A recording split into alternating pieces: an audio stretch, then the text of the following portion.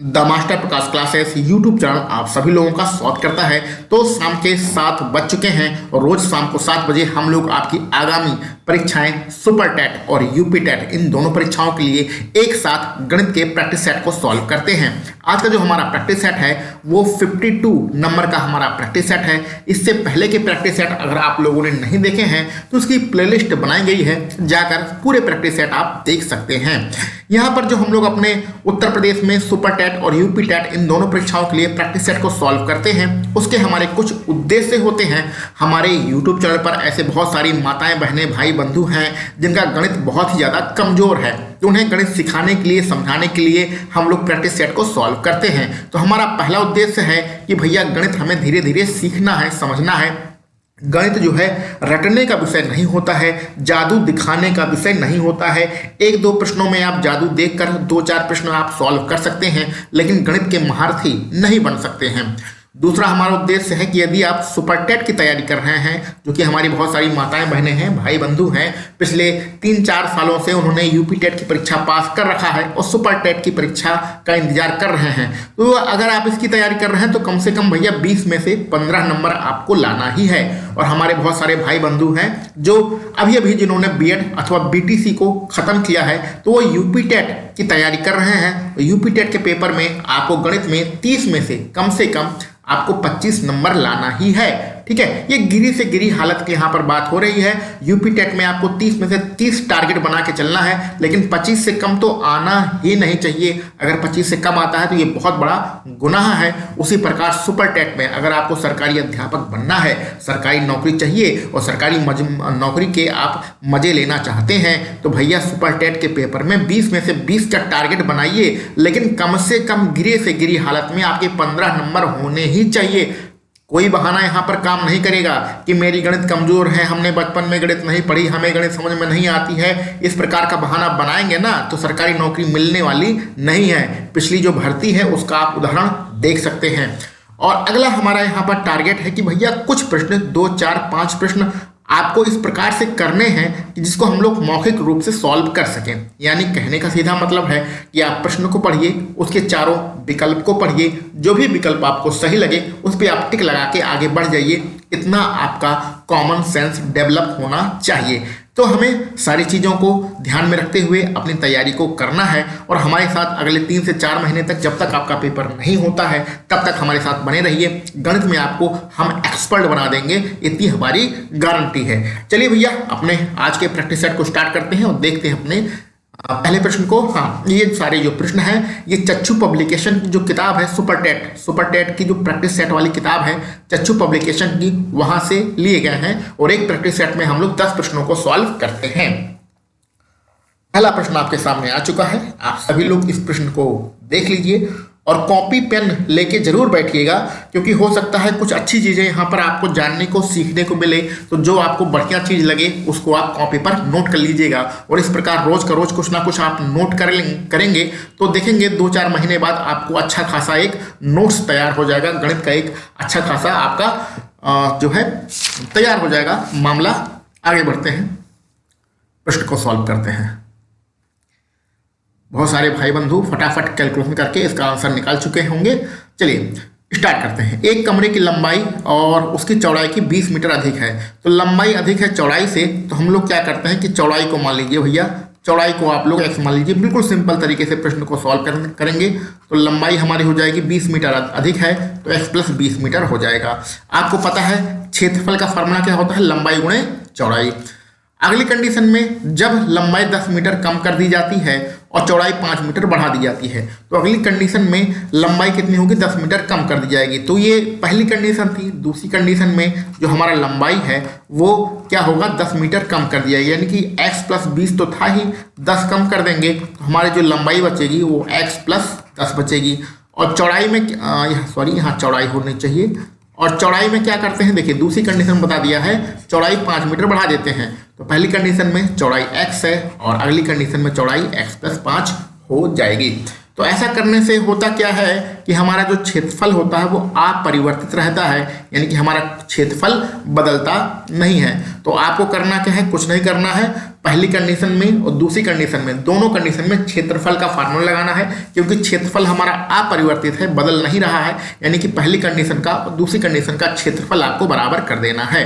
तो क्षेत्रफल का फार्मूला क्या होता है, क्षेत्रफल का फार्मूला होता है लंबाई गुणे चौड़ाई। तो पहली कंडीशन में लंबाई कितनी है, x + 20 है, चौड़ाई कितनी है भैया, आपका x है, बराबर पहली कंडीशन में लंबाई कितनी है, दूसरी कंडीशन में लंबाई कितनी है, x + 10 है, चौड़ाई कितनी है, x + के 5 है। तो लंबाई और चौड़ाई का हमने गुणा कर दिया है, क्योंकि क्षेत्रफल हमारा अपरिवर्तित रहता है, यानी पहली कंडीशन का क्षेत्रफल दूसरी कंडीशन के क्षेत्रफल के बराबर का गुणा कर लेंगे, हमारा आंसर आ जाएगा, x का मान आ जाएगा। जब x का मान आ जाएगा तो हम लोग क्षेत्रफल निकाल लेंगे। चलिए सॉल्व करते हैं। x का x में गुणा करेंगे x² होगा, x का 20 में गुणा करेंगे 20x होगा, इधर गुणा करते हैं इस x का पहले x में करते हैं तो x² होगा, x का 5 में करते हैं तो यहाँ पर 5x होगा। अब 10 का हम x में करेंगे तो कितना हो जाएगा, 10x हो जाएगा, और 10 का 5 में गुणा करेंगे तो 10 पचे 50 हो जाएगा। इधर देखिए x² और x² कैंसिल हो जाएंगे, इधर बचा है आपका कितना बचा है, 20x बचा है, इधर 5 और 10 मिलके हो जाएगा 15x, और इधर कितना बचा भैया, 50 बचा है। 15x 20 में से घटेगा तो कितना बचेगा, 5x बराबर हो जाएगा 50, दोनों तरफ 5 का भाग करेंगे तो x बराबर हो जाएगा 10। x का मान हमें निकल आया है। जब x का मान निकल आया है तो चौड़ाई हम निकाल सकते हैं। चौड़ाई की वैल्यू क्या थी, x थी, स्वाभाविक सी बात है चौड़ाई निकल आई भैया, कितना चौड़ाई निकल आई है 10। लंबाई निकाल सकते हैं, लंबाई का मान कितना था, x + 20, x का मान है 10 और उसमें यहाँ पर x का मान है 10 और 20 यहाँ पर हमारी वैल्यू है, तो कुल वैल्यू कितनी हो जाएगी 30। तो सॉरी, चौड़ाई 10 है, लंबाई हो जाएगी 30। क्षेत्रफल निकालना है, क्षेत्रफल का फॉर्मूला क्या होता है, लंबाई गुणे चौड़ाई। तो लंबाई है 30, चौड़ाई है 10, गुणा कर देंगे कितना आ जाएगा, 300। आसान प्रश्न था, कोई यहाँ पर दिक्कत की बात नहीं होनी चाहिए। ठीक है, बिल्कुल आसान प्रश्न था, 2-4 लाइन का कैलकुलेशन था, बिल्कुल सिंपल तरीके से इस प्रश्नों को सॉल्व किया है। यहाँ पर आपकी कोई ट्रिक नहीं लगेगी, कोई फार्मूला आपको लगाने की आवश्यकता नहीं है, बिल्कुल सिंपल मेथड से प्रश्नों को सॉल्व करिए। सबसे पहले x का मान निकालिए, x का मान हमने चौड़ाई माना था, चौड़ाई आपकी 10 निकल आई है। लंबाई आपका कितना है, पहली कंडीशन में x + 20 यानी 10 + 20 आपकी लंबाई 30 हो जाएगी। क्षेत्रफल होता है लंबाई गुणे चौड़ाई, 30 का 10 में गुणा करेंगे, सीधा सीधा आंसर 300 आ जाएगा। चलो भाई आगे सॉल्व करते हैं। दूसरा सवाल आपके सामने है, इसको पढ़िए और कुछ इसमें दिमाग लगाने की कोशिश करिए। चलो सॉल्व करते हैं। यहाँ पर भैया औसत निकालना है, पहली संख्या x है, दूसरी संख्या 1/x है। तो औसत का मतलब होता है कि जब दो संख्याएं होती हैं, पहली संख्या x और दूसरी संख्या 1/x, इसमें 2 का भाग कर दो, यही हमारा औसत होता है। 2 संख्याएं होती हैं तो 2 का भाग करते हैं, 3 संख्याएं होती हैं तो 3 का भाग करते हैं, लेकिन इसके औसत का मान दिया गया है m। तो हमें पता चल गया x + 1/x, 2 का त्रिज्या गुणा करेंगे तो m के पास पहुंच जाएगा 2m। ये हमें वैल्यू पता चल गई। अब हम ये वैल्यू जहां आएगी हम वहां पर x + 1/x का मान 2m रखेंगे। ठीक है, अब आगे देखते हैं। हमें मान निकालना है x² + 1/x² का औसत कितना होगा। किसका मान निकालना है, x² + 1/x²। औसत निकालने के लिए 2 का भाग करना पड़ेगा, तो ये इसका मान हमें निकालना है। ठीक है, तो यहाँ पर आपका a + b के होल स्क्वायर का फॉर्मूला जरा देख लीजिए क्या होता है। यहाँ पर लगेगा a को x मानते हैं, b को 1/x मानते हैं, इसका मान निकालना है, ध्यान रखिएगा। लेकिन इसका मान आएगा कैसे वो आपको समझाने की कोशिश कर रहे हैं।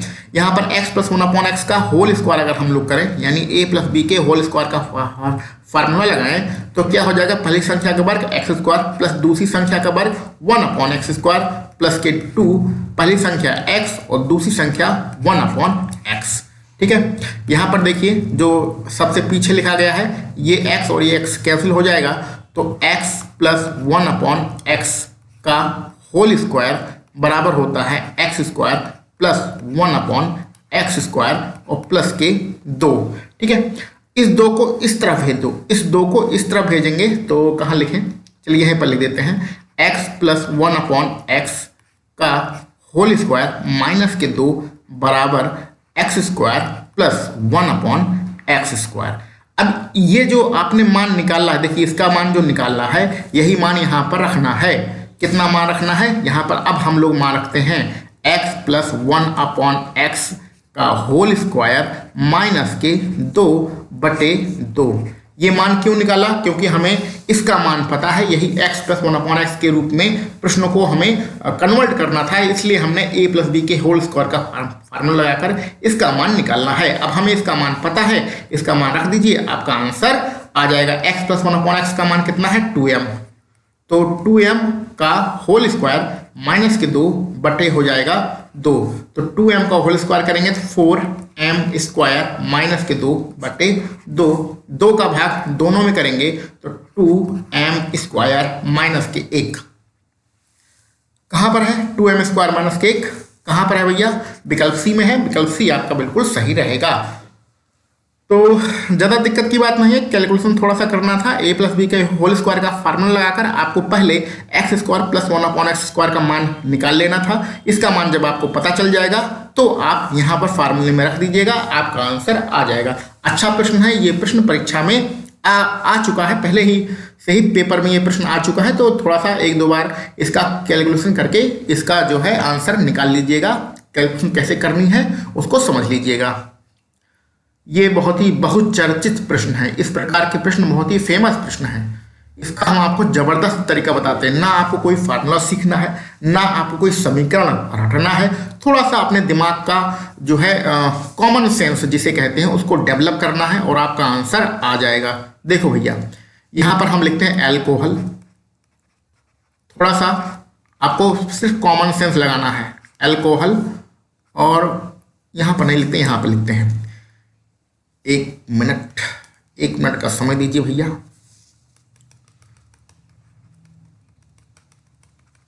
एक मिनट का समय दीजिए, आपको हम यहाँ पर कैलकुलेशन करके दिखाते हैं बहुत ही बेहतरीन तरीके से। इसमें ज़्यादा दिमाग का इस्तेमाल करना ही नहीं है। एक तरफ लिख लिए एल्कोहल। एल्कोहल मतलब होती है शराब। कुछ लोग क्या करते हैं भैया, शराब पीते हैं तो उसमें पानी मिला के पीते हैं। समझ लीजिए वही यहाँ पर कहानी चल रही है।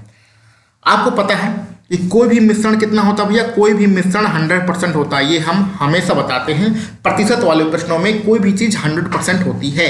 तो कोई भी मिश्रण कितना होता है? 100% होता है। लेकिन यहाँ पर उसकी लीटर में वैल्यू दी गई है, कितना? 1 लीटर वैल्यू दी गई है। तो 1 लीटर के हिसाब से अगर हम सवाल को सॉल्व करेंगे तो हमारा दशमलव में आंसर आएगा। तो 1 लीटर को हम यहाँ पर मान लेते हैं 1000 ml। लीटर को ml में कन्वर्ट कर लीजिए, मिलीलीटर में कन्वर्ट कर लिया है, ठीक है। तो 1000 ml हम मान लेते हैं। कोई हमारे पास मिश्रण है जो कि 1000 मिलीलीटर है, जिसमें अल्कोहल और पानी है, ठीक है। और वो मिश्रण कितना होता है? प्रतिशत में हमेशा 100% होता है। उसमें पानी कितना भैया? पानी आपका 30% है। तो स्वाभाविक सी बात है, जब मिश्रण 100% होता है, पानी 30% है, तो अल्कोहल कितना होगा? अल्कोहल आपका 70% होगा। इसमें कोई दिमाग तो लगाना नहीं है, हमेशा टोटल 100% ही होता है, ठीक है। अब आगे बढ़ते हैं। उसमें कितना अल्कोहल मिलाया जाए कि पानी 15% हो जाए। अब दूसरी कंडीशन में पानी 15% हो जाता है। कब? जब हम उसमें कुछ अल्कोहल मिलाते हैं, यानी x ml हम मान लेते हैं। x ml अल्कोहल मिलाने से उसमें पानी जो है 15% हो जाता है। अब आप लोगों ने बचपन में क्या पढ़ा होगा? जो शरबत बनाया होगा, उससे थोड़ा सा कैलकुलेशन करिएगा कि जब आप लोगों ने बचपन में चीनी और पानी का शरबत बनाया होगा तो कभी कभी क्या होता है कि जब शरबत बनाते हैं तो शरबत फीका हो जाता है, तो हम उसमें चीनी और मिला देते हैं, तो अच्छा सा गाढ़ा हो जाता है और हम उसे पी लेते हैं। तो ऐसी कंडीशन में आप सोचिएगा कि हमने शरबत में दूसरी कंडीशन में सिर्फ चीनी मिलाई है, पानी नहीं मिलाया है। तो अगर पहली कंडीशन में आपने 1 लीटर पानी लिया था तो दूसरी कंडीशन में भी आपका पानी 1 लीटर ही रहेगा। आपने सिर्फ दूसरी कंडीशन में चीनी ही मिलाया है। इस बात को आप समझ रहे हैं? अगर इस बात को समझ रहे हैं तो प्रश्न आपके लिए बहुत ज़्यादा आसान होने वाला है। तो इसमें भी आप ध्यान से समझिएगा कि कोई भी चीज़ 100% होती है, चाहे पहली कंडीशन हो चाहे दूसरी कंडीशन हो, उसकी जो परसेंटेज वैल्यू होती है वो हमेशा 100% ही होती है। लेकिन दूसरी कंडीशन में हमने पानी नहीं मिलाया है, सिर्फ अल्कोहल मिलाया है, तो अल्कोहल की मात्रा बढ़ेगी, यानी कि वो जो मिश्रण है वो थोड़ा सा तीखा हो जाएगा, ठीक है। तो अब आप बात को समझिएगा कि अगर पहली कंडीशन में पानी 30% है और दूसरी कंडीशन में 15% है, तो दूसरी कंडीशन में भी टोटल 100% ही होता है। तो दूसरी कंडीशन में जो आपका अल्कोहल होगा वो बढ़कर कितना हो जाएगा? 85% हो जाएगा। तभी तो दूसरी कंडीशन में आपका 85 और 15 मिलाएंगे 100% आएगा। अब यहाँ पर हमारी बात को ध्यान से समझने की कोशिश करिएगा। देखिए टोटल आपका मिश्रण कितना है, 1000 ml है। पहली कंडीशन लेके चलते हैं, पानी कितना है, 30% है। पानी कितना है, 30% है। यहाँ पर लिख देते हैं पहली कंडीशन में आपका जो टोटल मिश्रण है 1000 ml है, ये पहली कंडीशन है। दूसरी कंडीशन में आपने उसमें अल्कोहल मिलाया, तो पहली कंडीशन में आपका 1000 ml तो था ही, और उसमें x ml आपने अल्कोहल मिला दिया। दूसरी कंडीशन में आपका जो मिश्रण हो गया मात्रा के हिसाब से 1000 प्लस x हो गया, लेकिन प्रतिशत के हिसाब से वो 100% ही बना रहेगा। अब पानी की बात करते हैं, तो पहली कंडीशन में आपका 1000 ml था मिश्रण और पानी था 30%, तो 1000 पानी कितना हो जाएगा, 1000 का 30% आपके पास पानी है, तो 1000 का 30% कितना होता है, 30 ml पानी होता है। दूसरी कंडीशन में आपने पानी नहीं मिलाया है, तो दूसरी कंडीशन में भी पानी आपके पास 300 ml ही रहेगा। इस बात को आप समझ रहे हैं, जो हम बार बार समझा रहे हैं कि आपने पानी नहीं मिलाया है। तो पहली कंडीशन में पानी 30% था, टोटल 1000 मिलीलीटर आपके पास मिश्रण था, तो 1000 मिलीलीटर का 30% निकालेंगे तो 300 मिलीलीटर आता है। 300 मिलीलीटर पहली कंडीशन में अगर आपके पास पानी था, तो दूसरी कंडीशन में भी 300 मिलीलीटर पानी ही रहेगा, पानी नहीं बदलेगा, सिर्फ आपका अल्कोहल ही बदलेगा। वो अल्कोहल कितना बदल रहा है, ये जो आपने मिलाया है x। बात समझ रहे हैं? अगर ये समझ में आ गया तो प्रश्न बहुत ही आसान है। अब कुछ नहीं करना है, पहली कंडीशन का हो गया। दूसरी कंडीशन का ध्यान में रखिए, दूसरी कंडीशन में आपका मिश्रण कितना है, 1000 और प्लस के x, ये दूसरी कंडीशन का मिश्रण है, का कितना है, 15%। 15% हमने निकाल लिया है, पानी की बात कर रहे हैं, 15% निकाल लिया है, कितना होता है, 300 होता है। इसको सॉल्व कर लेंगे तो x का मान आ जाएगा और x का मान ही हमें निकालना है।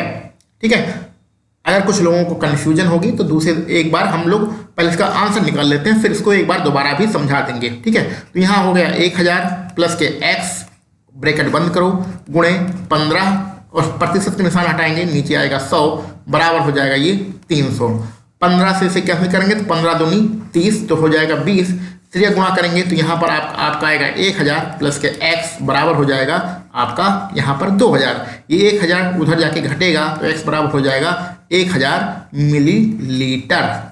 1000 कहाँ है, विकल्प ए हमारा बिल्कुल सही है।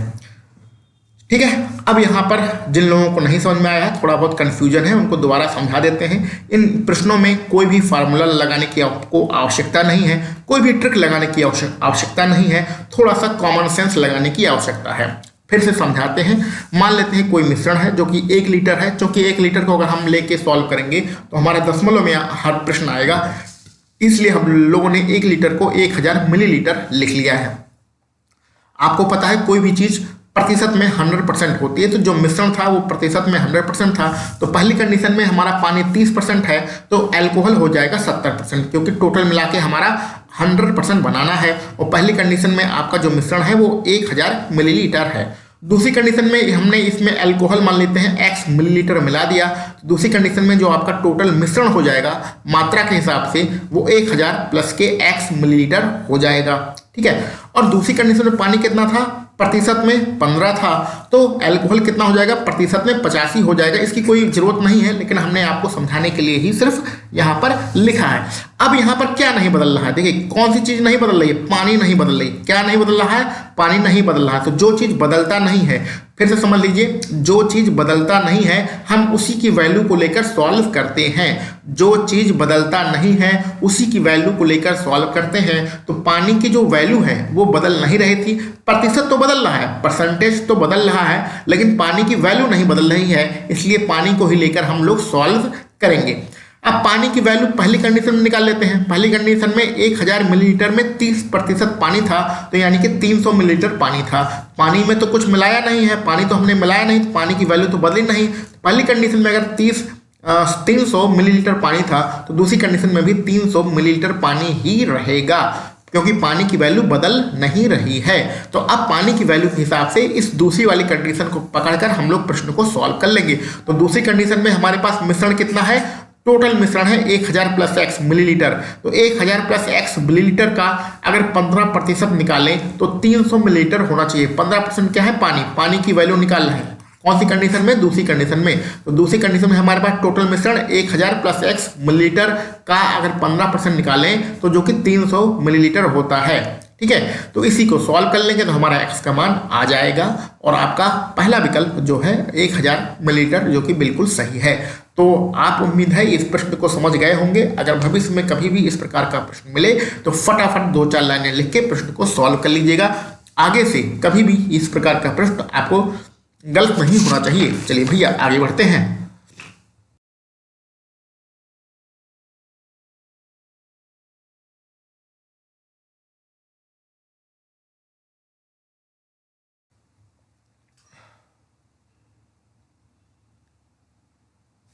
चलो सॉल्व करते हैं। प्रश्न आपने देख लिया होगा, वक्रतल निकालना है यानी कि वक्रपृष्ठ निकालना है। ठीक है, तो बेलन और वक्रपृष्ठ का फार्मूला क्या होता है?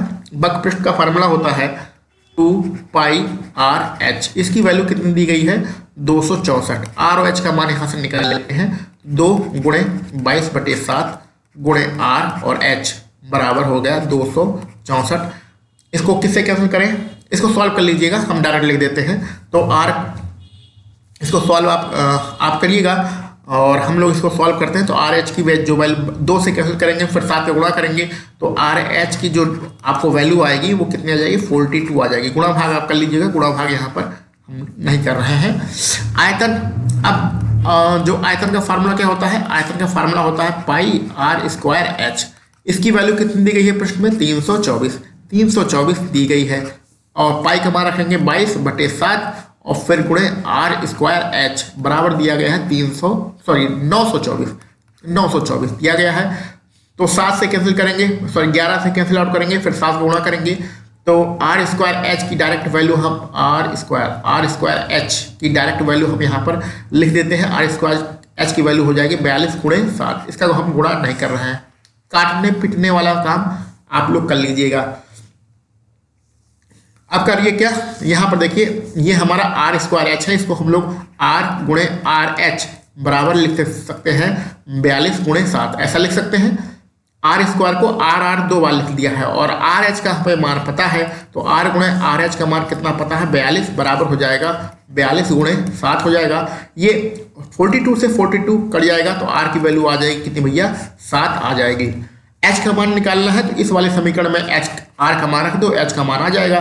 तो r का मान है 7 × h बराबर कितना हो जाएगा? 42। तो 7 × 6 42, तो h की वैल्यू हो जाएगी 6। जल्दबाजी में प्रश्न का आंसर गलत मत दीजिएगा।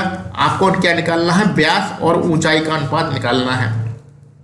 तो व्यास और ऊंचाई का अनुपात निकालना है। व्यास कितना होता है? 2r होता है, त्रिज्या का 2 गुना, ऊंचाई कितनी होती है? h। इसका मान निकालना है। तो 2 × r का मान है 7 और गुणे h का मान कितना है भैया? h का मान कितना निकाला है? 6।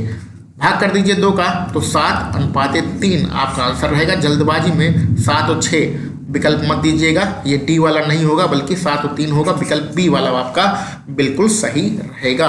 तो थोड़ा सा गुणा भाग करना था, बाकी इसमें कोई ट्रिक तो लगना नहीं है। ठीक है, अच्छा प्रश्न था। चलिए आगे बढ़ते हैं अगले प्रश्न पर। जबरदस्त प्रश्न आपके सामने, इसको पढ़िए और सॉल्व करने की कोशिश कीजिए।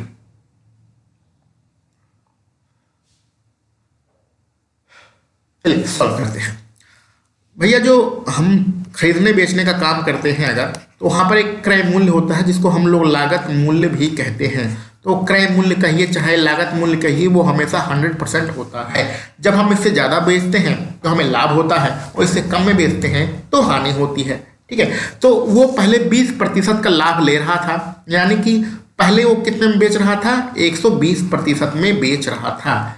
बाद में 40% का लाभ ले रहा था, तो बाद में कितने में बेच रहा था? 140% में बेच रहा था। लागत मूल्य 100% है।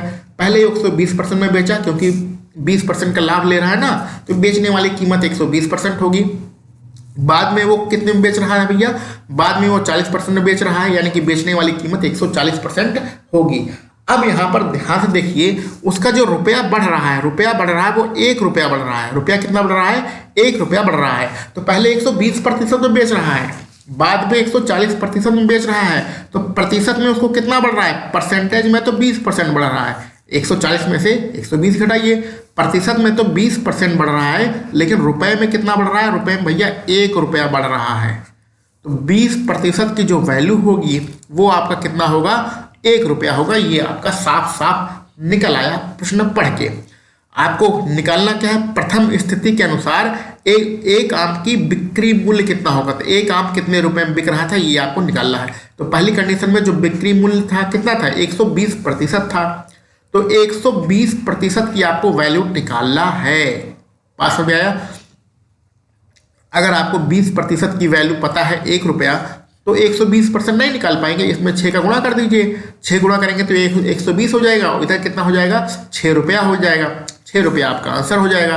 पहला विकल्प आपका बिल्कुल सही। देखिए, मौखिक प्रश्न है। अब इसमें हमने सिर्फ आपको समझाया है, लिखा थोड़ी ना कुछ है।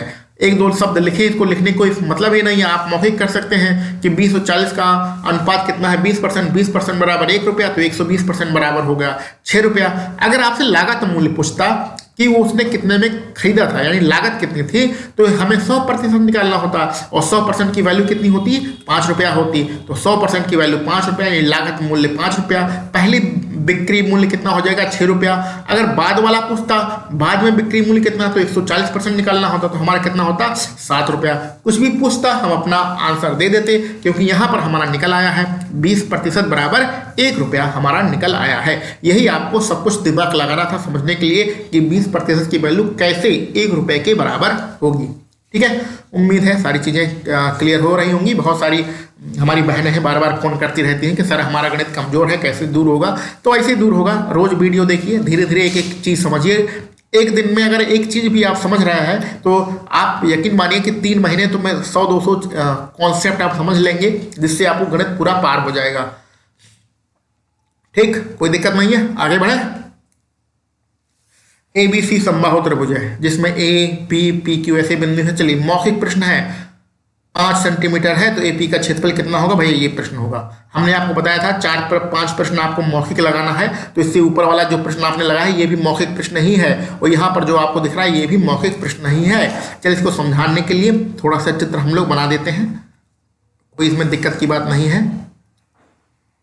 ये आपका समबाहु त्रिभुज है, यानी तीनों भुजाएं आपकी बराबर हैं। ये आपका A हो गया, ये आपका B हो गया, ये आपका C हो गया। अब यहाँ पर देखिए कि AB पर और AC पर P और Q बिंदु हैं, तो यहाँ पर हम लोग P और Q बिंदु मान लेते हैं। ये P हो गया, ये Q हो गया, और ये दोनों क्या है? ये PQ। देखिए, PQ और BC समांतर है, तो PQ और नीचे वाला BC समांतर है। ठीक है, यहाँ तक तो मामला बिल्कुल सही था। अब आगे बढ़ते हैं। PQ बराबर 5 है, तो PQ बराबर 5 है। ठीक है, तो त्रिभुज APQ का क्षेत्रफल क्या होगा ये हमें निकालना है, यानी कि ऊपर वाले APQ का क्षेत्रफल क्या होगा ये हमें निकालना है। तो यहाँ पर आपको समरूप त्रिभुज की कुछ प्रॉपर्टी यहाँ पर काम करेगी, लेकिन पूरा आपको समझने की जरूरत नहीं है। समरूप त्रिभुज हम समझाने वाले नहीं हैं। बस इतना समझिए कि अगर हमारा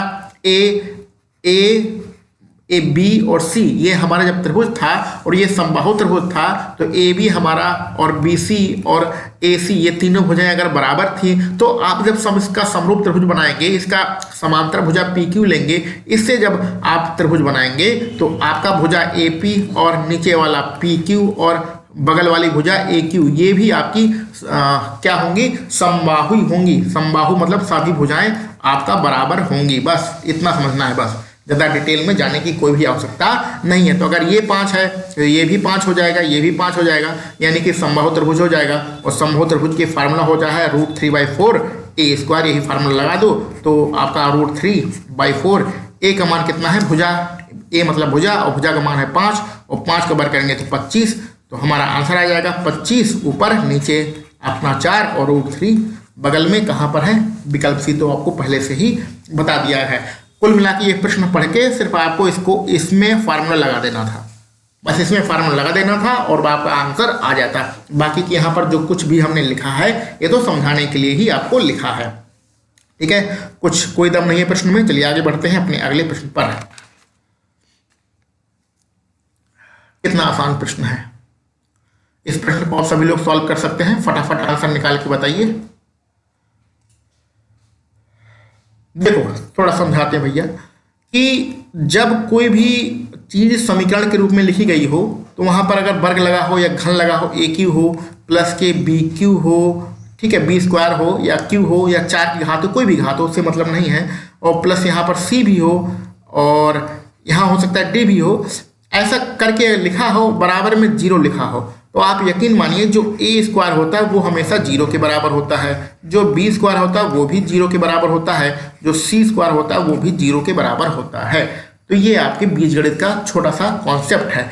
तो यहाँ पर ये पहली संख्या है, ये दूसरी संख्या है, ये तीसरी संख्या है, 3 संख्या है। यहाँ पर भी हमने ए बी सी 3 संख्याएं मानी थी, वो अगर 0 के बराबर हो तो प्रत्येक संख्या 0 के बराबर होती है। तो यहाँ पर अगर ये 0 के बराबर है, यहाँ पर देखिए 0 के बराबर है, तो प्रत्येक संख्या 0 के बराबर होती है। ये मौखिक प्रश्न है, इसमें ए का मान 3 आएगा, बी का मान आएगा 4 और सी का मान आएगा 9। मौखिक प्रश्न है और सीधे वैल्यू रख के आप यहाँ पर अपना आंसर निकाल सकते हैं। लेकिन चलिए थोड़ा सा समझा देते हैं कि ये वैल्यू हम कैसे आती है, ठीक है। तो जब कोई भी संख्या होती है उसका मान 0 के बराबर होता है, तो अलग अलग अगर उसका मान रखें तो अलग अलग मान भी 0 के बराबर होता है। यानी कि अगर हम इसका ए पहला वाला मान रख दें कि a माइनस के 3 का होल स्क्वायर, ये भी हमारा 0 के बराबर होगा।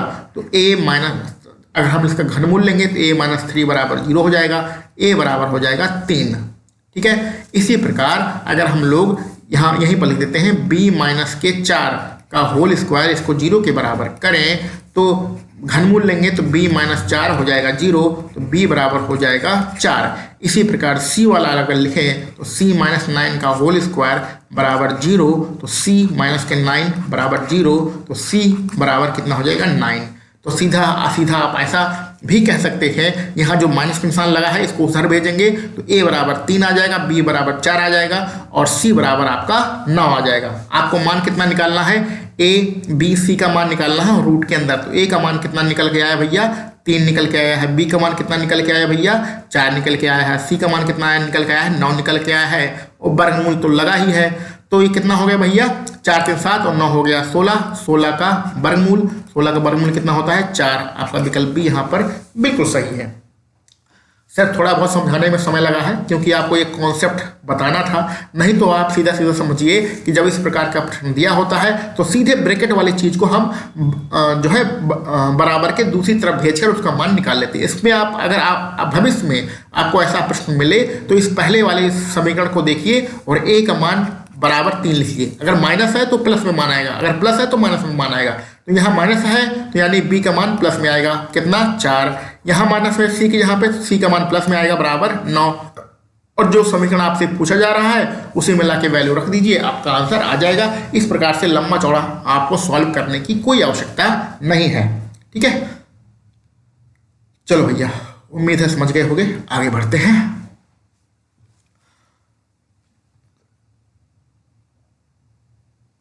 छोटा सा फार्मूला है, इसमें आपको फार्मूला पता होगा, m1 d1 w1 बराबर m2 d2 और नीचे कितना हो जाएगा w2। यही फार्मूला यहाँ पर हम लोग रखते हैं। तो पहली कंडीशन में कितने लोग हैं, x माइनस 1 लोग हैं, ठीक है। कितने दिन काम कर रहे हैं, x प्लस 1 दिन काम कर रहे हैं। और इनका काम कितना कर रहे हैं, देखिए काम, ये देखिए काम लिखा है, काम का अनुपात कितना है 9, तो इसका अनुपात कितना है 9 बराबर। दूसरी कंडीशन में कितने लोग हैं, x प्लस 2 लोग हैं। कितने दिन में काम कर रहे हैं, x माइनस 1 दिन में काम कर रहे हैं।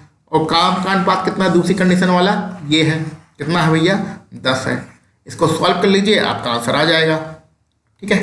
करना क्या है, x का मान निकालना है, सॉल्व करो, कोई दिक्कत थोड़ी है। यहाँ पर x माइनस 1 है, यहाँ पर x माइनस 1 कैंसिल आउट हो गए, 10 का इधर गुणा करेंगे तो हो जाएगा 10x माइनस के 10, 9 का 3 गुणा इधर करेंगे तो 9x और सॉरी यहाँ पर देखिए गलती, थोड़ा सा गलती हो रही है। यहाँ पर x माइनस 1 एक बार है, एक बार x प्लस 1 है, तो इसको हम x प्लस 1 कर देते हैं क्योंकि x माइनस 1 है, x माइनस 1 कैंसिल आउट हो गया है, ठीक है। तो यहाँ प्लस के 10 आएगा, क्लियर। और यहाँ पर हो जाएगा 9 दूनी 18 हो जाएगा, ठीक है। अब यहाँ पर 9x और 10x, इधर 9x को इधर इसकी इधर लाएंगे तो x बचेगा और 10 को उधर ले जाएंगे, कितना बचेगा, 8 बचेगा। तो x बराबर 8 कहाँ पर है, विकल्प डी आपका बिल्कुल सही है। बच्चों वाला प्रश्न था, कोई बहुत ज़्यादा दिमाग लगाने की आवश्यकता नहीं है, ठीक है। अच्छा, यहाँ पर कुछ लोग सोचेंगे कि ये 9:10 दिया था, तो हमने डायरेक्ट यहाँ पर 9 और 10 क्यों लिख दिया। इससे कोई फर्क नहीं पड़ेगा, क्योंकि अगर आप यहाँ पर वर्क भी लिखेंगे तो वर्क कट जाएगा, ठीक है। यहाँ पर जैसे आप मान लीजिए 9W और प्लस के 10W इसे मान लेते हैं, तो W इधर कैंसिल आउट हो जाएगा, इसलिए हमने ज़्यादा दिमाग नहीं लगाया, सीधे अनुपात में ही इसकी वैल्यू रखा है, ठीक है। क्लियर, आगे बढ़ते हैं अगले प्रश्न पर।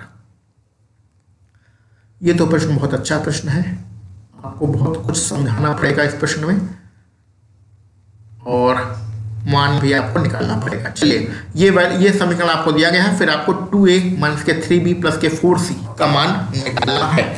चलिए सॉल्व करते हैं। अच्छा प्रश्न है, थोड़ा सा सॉल्व करना पड़ेगा। और हाँ, इसमें कौन सा कॉन्सेप्ट लेगा, यही वाला, ये वाला इसमें कॉन्सेप्ट लेगा। जब हमारा कोई बड़ी समीकरण दिया होता है और अलग अलग इसका 0 के बराबर होता है, तो वो अलग अलग वैल्यू भी 0 के बराबर होती है। यानी कि जब किसी बड़े समीकरण की वैल्यू 0 के बराबर हो, तो उनकी अलग अलग जो वैल्यू होगी वो भी 0 के बराबर होगी। वही कॉन्सेप्ट आपका यहाँ भी लगेगा। कल इसको सॉल्व करते हैं, समीकरण उतारते हैं। तो आपका a² दिया गया है, प्लस के b² दिया गया है, प्लस के c² दिया गया है, बराबर 2 का गुणा कर देते हैं, ठीक है। तो 2a माइनस के 2b माइनस के 2c, और जो ये माइनस के 3 लिखा गया है, इसको माइनस के 1 माइनस के 1 माइनस के 1 माइनस के 3 है, उसको 3 बार लिख देते हैं, माइनस के 1 माइनस के 1 माइनस के 1। अब देखिए क्या करना है, ये आपका a² है और ये 2a है, ये इसके बगल में ले आओ, ये इसको इस तरफ ले आओ, तो माइनस के 2a हो गया, ठीक है। और 1 को भी इसके बगल में भेज दो, तो प्लस के 1 हो गया, इसको ब्रैकेट में बंद कर दो। प्लस अब b² लो, b² के बगल में ये 2b लिखो, तो इधर आएगा, तो प्लस के 2b हो जाएगा। और 1 को भी इसके बगल में लिखो, तो इधर आएगा 1, तो प्लस के 1 हो जाएगा, इसको भी ब्रैकेट में बंद करते हैं। प्लस के c² लिखते हैं, 2c को जब उधर ले जाएंगे प्लस के 2c हो जाएगा, 1 को जब उधर ले जाएंगे तो प्लस के 1 हो जाएगा, इसको भी ब्रैकेट में बंद करते हैं और बराबर इधर 0 हो जाता है। ध्यान दीजिएगा, अब ध्यान से यहाँ पर देखिएगा, 1 मिनट। हाँ, ये आपका फार्मूला बन रहा है, किसका फार्मूला बन रहा है, a माइनस के b का होल स्क्वायर का फार्मूला बन रहा है, जहाँ पर a की वैल्यू स्मॉल a है और b की वैल्यू 1 है। ये आपका a प्लस b के होल स्क्वायर का फार्मूला बन रहा है, यहाँ पर आपका a प्लस b के होल स्क्वायर का आपका फार्मूला बन रहा है, ठीक है। तो अब चलिए फार्मूला बन रहा है, तो फार्मूला बनाते हैं। यहाँ पर a माइनस 1, यहाँ पर a माइनस 1 के होल स्क्वायर हो जाएगा, प्लस के यहाँ पर हो जाएगा b प्लस 1 का होल स्क्वायर हो जाएगा, यहाँ पर हो जाएगा c प्लस 1 का होल स्क्वायर, ये हो जाएगा, बराबर कितना हो जाएगा, 0। सेम उसी प्रकार का समीकरण बन गया, उसी जैसा समीकरण बन गया है। तो आप यहाँ पर स्मॉल a स्मॉल b और स्मॉल c का मान निकाल सकते हैं। यहाँ पर हम डायरेक्ट मान निकालेंगे, अब बार बार सबको 0 के बराबर नहीं करेंगे, डायरेक्ट मान निकालेंगे। तो a बराबर -1 है, तो a की वैल्यू कितनी आएगी, a की वैल्यू आएगी प्लस के 1। b बराबर +1 है, तो उधर ले आएंगे तो b की वैल्यू -1 आती है। c की वैल्यू c प्लस 1 है, तो c की वैल्यू आ जाएगी -1। बात समझ में आया, जब +1 होता है तो वैल्यू माइनस में आती है, जब माइनस होता है तो वैल्यू प्लस में आती है। बहुत ज़्यादा दिमाग लगाने की यहाँ पर आवश्यकता नहीं है। अब हमें जिसका मान निकालना है उसका मान हम लोग लिख देते हैं। मान किसका निकालना था, मान निकालना है 2a माइनस के 3b और प्लस के 4c, इसका मान निकालना है। तो 2a का मान है 1 माइनस के 3, b का मान कितना भैया, b का मान है माइनस के 1 प्लस के 4 और c का मान है माइनस के 1। तो 2 एकम 2 हो गया, यहाँ माइनस माइनस प्लस हो गया, प्लस के 3 हो गया और यहाँ पर आपका माइनस के 4 एकम 4 हो गया। तो बराबर 3 2 5, 5 में 4 गया, तो बच्चा कितना भैया 1 कहाँ पर है, आपका विकल्प सी यहाँ पर है। तो विकल्प सी आपका बिल्कुल सही है, ठीक है। बात समझ में आई। बीजगणित के 2 सवाल हम लोगों ने आज लगाए हैं और दोनों एक ही कॉन्सेप्ट पर आधारित हैं। तो इसके समझने का मतलब क्या है, आपके पढ़ने का क्या फ़ायदा है। तो हमारे पढ़ने का भैया यही फ़ायदा है कि अब अगर भविष्य में आपको इस कॉन्सेप्ट पर कोई भी प्रश्न मिले तो वो गलत नहीं होना चाहिए। गणित पढ़ने का बस यही फ़ायदा है, क्योंकि एक ही कॉन्सेप्ट के आपने 2 सवाल लगा लिए हैं एक ही प्रैक्टिस सेट में। ठीक है, तो ये प्रॉमिस करिए कि अब इस कॉन्सेप्ट पर कोई भी प्रश्न मिलेगा तो गलत नहीं होगा। क्लियर। चलिए आगे बढ़ते हैं अपने अगले प्रश्न पर। सबसे बड़ी संख्या कौन सी है, चलो भैया निकालो, सॉल्व करो आप लोग। सबसे बड़ी संख्या कौन सी होगी? तो इसमें जो घात दिया गया है, घात कितनी है? 2 है, 4 है, 5 है और 10 है। इसका हमें एलसीएम लेना है। तो 2, 4 और 5, 10 का एलसीएम लेंगे तो कितना आ जाएगा भैया? 5 दूनी 10, 5 चौके 20 आएगा एलसीएम। ठीक है, तो जो 20 एलसीएम आता है उसका हम गुणा कर दें। जैसे कि आप समझ लीजिए कि 8 का घात रूट कितना है? 2। तो इसको हम लोग ऐसे लिखते हैं 8/1/2। ठीक है, 13 को हम कैसे लिख सकते हैं? ये जो वर्गमूल है इसको हम लोग 1/4 लिख देते हैं। ये जो हमारा घातें लगती हैं उसको हम लोग बटे में लिखते हैं, ये तो आपको पता होगा। ये 16 जो है इसको हम लोग 1/5 लिखते हैं। और ये जो आपका 41 है इस पर कितना है? 10 है, तो उसको 1/10 हम लोग लिखते हैं। ठीक है, क्लियर? अब हमने जो एलसीएम 20 निकाला है उसका गुणा कर दीजिए सब में। यहाँ 20 हो गया, यहाँ पर 20 हो गया, यहाँ पर आपका 20 हो गया, यहाँ पर आपका 20 हो गया। जो आपने निकाला था उसका हमने गुणा कर दिया। तो बचा कितना? ये 8 की घात बचा कितना? 10 बचा। 13 की घात कितना बचा है? 5 बचा है। 16 की घात कितना बचा है? 4 बचा है। और 41 पे कितना घात बचा है? 41 पे घात अपना 2 बचा है, कैंसिल आउट हो जाएगा। अब जिस संख्या की सबसे बड़ी घात होती है वही हमारा आंसर होता है। तो सबसे बड़ी घात किस पे दिख रही है? सबसे बड़ी घात इस पे दिख रही है। सबसे बड़ी घात जिस पर होती है वही हमारा आंसर होता है। तो यही हमारा आंसर है। ये वाली संख्या कौन सी थी? ये वाली संख्या थी 8/√2। ये वाली संख्या थी, यही हमारी सबसे बड़ी संख्या होगी। कहाँ पर है? विकल्प डी में हमारा बिल्कुल सही रहेगा। ठीक है, तो क्या करना है? जो भी आपकी घातें दी गई हो उसका पहले एलसीएम ले लीजिए। उसके बाद हम लोग इसको जो घातें होती है उसको बटे के रूप में लिख लेते हैं। फिर उसमें जो एलसीएम आता है उसका गुणा कर देते हैं। उसके बाद जिस पे सबसे बड़ी घात होती है वही हमारा आंसर होता है। तो सबसे बड़ी घात ये पहले वाले पे थी, तो पहला वाला ही हमारा यहाँ पर विकल्प बिल्कुल सही रहेगा। ठीक है, तो आज जो जितने ही सारे प्रश्न मिल रहे हैं सब एक से बढ़कर एक खतरनाक प्रश्न मिल रहे हैं। अभी और कुछ बचा है? खत्म। ये भैया हमारा आज का आखिरी प्रश्न था। तो आज के सारे जितने भी प्रश्न मिले हैं, देखिए ये भी खतरनाक प्रश्न था, इसमें भी थोड़ा बहुत दिमाग लगाना ही था। इसमें तो पिछला कॉन्सेप्ट भी लगाया है, ये भी ठीक ठाक प्रश्न था। इसमें भी बहुत अच्छा हमने अच्छे तरीके से इसको सॉल्व किया है। ठीक है, और यहाँ पर इसमें तो कैलकुलेशन करना है, बाकी तो कुछ है नहीं इस प्रश्न में। ये प्रश्न आप समझ लीजिएगा, आगे भविष्य में इस प्रकार का प्रश्न आपको गलत नहीं होना चाहिए। इसमें कैलकुलेशन नहीं थी और ये आपका पहला वाला प्रश्न था। तो 3, 4, 5 प्रश्न आज हमें बहुत ही बढ़िया मिले हैं। उम्मीद है आपको कुछ नया सीखने को मिला होगा इस वीडियो लेक्चर से। अपने भाई बंधु माताएं बहनें जो पढ़ रही हैं उनसे विशेष रूप से अनुरोध है कि भैया अपने दोस्तों में, मित्रों में, अपने घर परिवार में, अपने छोटे भाई बहन अगर इसकी तैयारी कर रहे हैं सुपर टेट की अथवा यूपी टेट की, और कोई भी आपके मिलता है तैयारी करने के लिए, तो उसको ये वीडियो लेक्चर जरूर शेयर करिएगा कि आप लोगों का जो द मास्टर प्रकाश क्लासेस का परिवार है उसको धीरे धीरे हमें बड़ा करना है। जब तक आप लोग इसको सपोर्ट नहीं करेंगे ये हमारा परिवार कैसे बढ़ेगा? ठीक है, तो आप इस परिवार के सदस्य हैं, हम आपके लिए मेहनत करते हैं। आप कम से कम इस वीडियो को शेयर ही कर दीजिएगा। तो यही इसी के साथ हम लोग चलिए मिलते हैं अगले किसी वीडियो लेक्चर में। आप सभी लोगों को वीडियो देखने के लिए बहुत बहुत धन्यवाद।